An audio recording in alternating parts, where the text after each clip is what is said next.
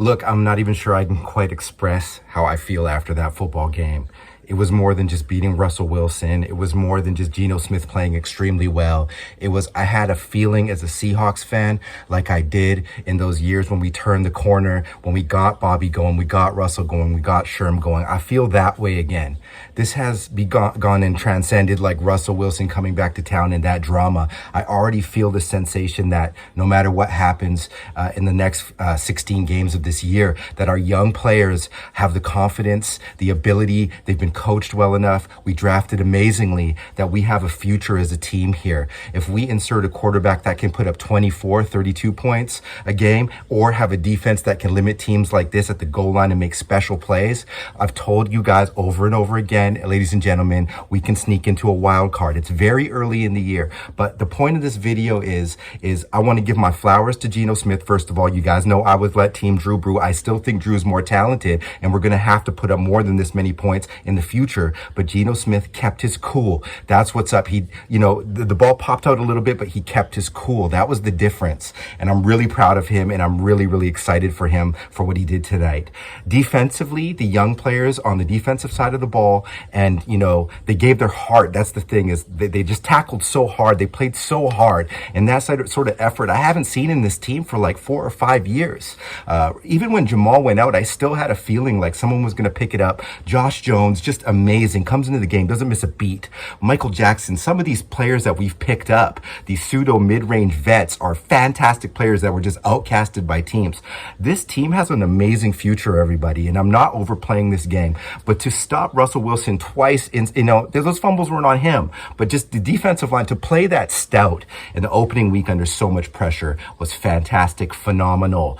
Coach Carroll, Waldron, an amazing game plan tonight to mix the run, mix the pass. This was the offense we were looking for from Waldron. We wanted that Rams to Gurley kind of Goff era offense where it was unpredictable, and even if the players weren't super ultra talented guys or hit their stride yet, they would know where to be on assignment. But when you combine that with people like DK Metcalf, who makes a crazy play on Surtain, there was so many clutch plays in this game, and to see these players to come into their own, down after down, distance after distance. Kobe Parkinson, Nwosu, just come on, man. Nwosu, 2 forced fumbles, so clutch.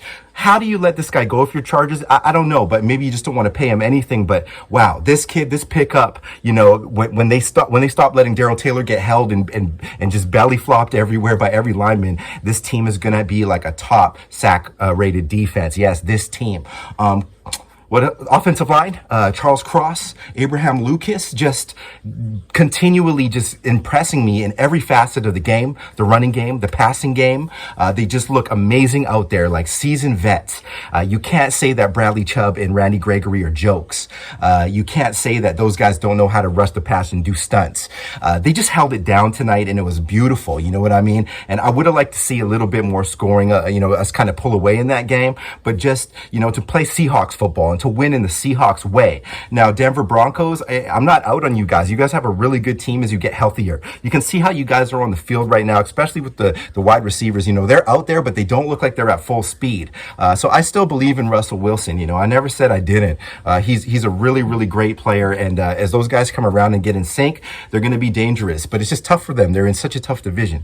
Back to the Seahawks. What the Seahawks need to do is just, I'm sure Pete Carroll is just grounding everybody right now. He's got everybody in a circle and saying, look, it's just 1 week. You know what I mean? That tradition continues. You got to keep competing.